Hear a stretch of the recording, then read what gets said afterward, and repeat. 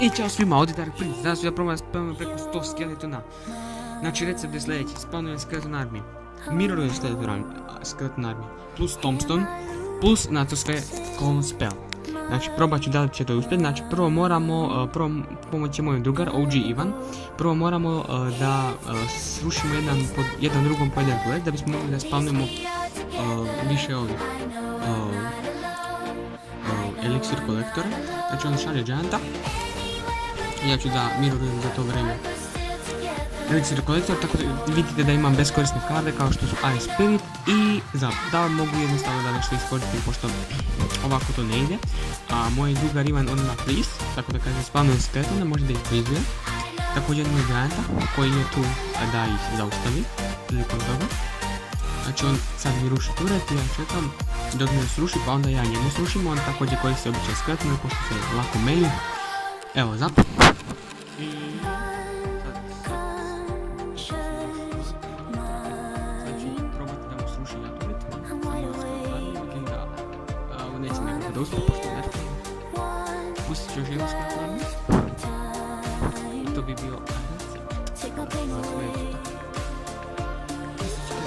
I sad je vrijeme da radimo ono što treba da radimo. Znači rageovat ću elixir kolektore kao i on, da bismo imali što više eliksira.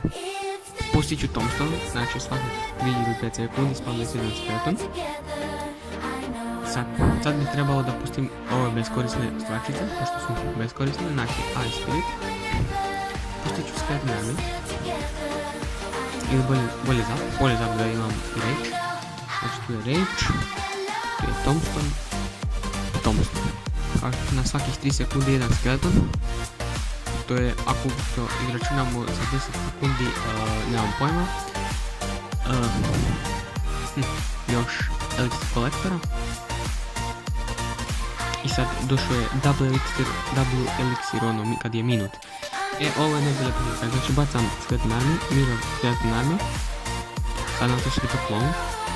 Ako on bi sada trebao da ima freeze, je to freeze, sad je ih freezovao. Ja ću pustiti Ice Spirita, tombstone, elixir kolektor, rage. Još skeleton army, još mirror skeleton army. Na to sve to clone, tombstone, Ice Spirit, mirror skeleton army i clone. Ima ih preko 200, 100% ima ih preko 200. Gledajte ovo.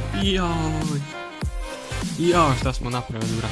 Ovo je viđeno u istoriji Clash Royale, Clash of Clans, big deličak što ima u nazivu Clash of Sebi.